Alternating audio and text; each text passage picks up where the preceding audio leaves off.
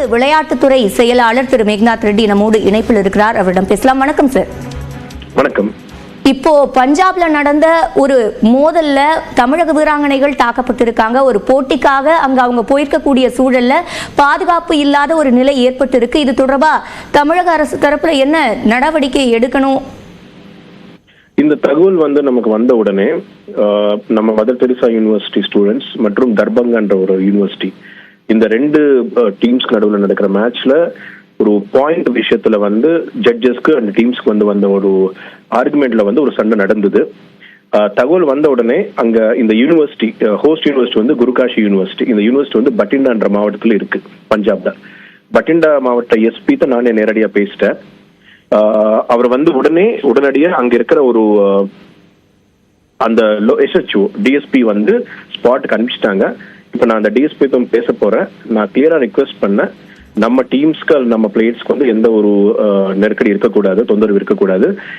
Issue விசாரிச்சுட்டு resolve பண்ணி உடனே ஒரு பாதுகாப்பு கட்டாயமா கொடுக்கற மாதிரி நான் பேசிட்டேன். அவங்க அங்க நடவடிக்கை எடுக்கிறாங்க. தற்போதைக்கு அங்க இருக்கக்கூடிய வீராங்கனைகளுக்கு ஒரு பாதுகாப்பான சூழல் இருக்கு அப்படின்னு குறிப்பிட்டிருக்காங்க. இது தொடர்பா உங்களுக்கு என்ன தகவல் வந்தது? இல்ல, ஏற்கனவே சொன்னது போல நான் எஸ்பி பேசிட்டேன். டிஎஸ்பி ஸ்பாட்டுக்கு கிளம்பிட்டாங்க. நான் இப்போ டிஎஸ்பி தான் பேச போறேன்.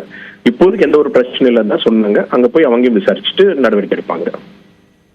சோ நம்ம ஸ்டூடெண்ட்ஸ் பாதுகாப்புக்கு எந்த ஒரு பிரச்சனை வராது. இப்போ தமிழக அரசுல இருந்து பஞ்சாப் அரசு கிட்ட பேச வேண்டிய ஒரு சூழல் இருக்குமா?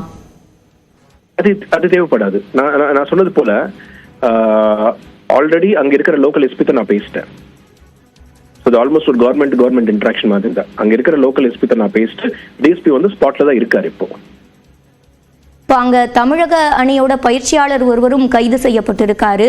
அது தொடர்பா உங்களுக்கு என்ன தகவல் கிடைத்தது? கரெக்ட் கிடையாது. கைது யாருமே செய்யப்படல. இது நடந்த உடனே போலீஸ்க்கு தகவல் போயிடுச்சு. போலீஸ் அங்க ஸ்பாட்டுக்கு விசாரிச்சுட்டு ஒரு என்கொயரிக்காக கூட்டிட்டு போயிட்டாங்க, தவிர கைது எதுவுமே நடக்கல. பஞ்சாபில் தமிழக வீராங்கனைகள் தாக்கப்பட்ட விவகாரத்தில் தற்போது விளையாட்டுத்துறை செயலாளர் அளித்த அந்த பதில்களை பார்த்தோம். தற்போதைக்கு அங்கு வீராங்கனைகள் பாதுகாப்பாக இருப்பதாக விளையாட்டுத்துறை செயலாளர் மேக்நாத் ரெட்டி கூறியிருக்கிறார்.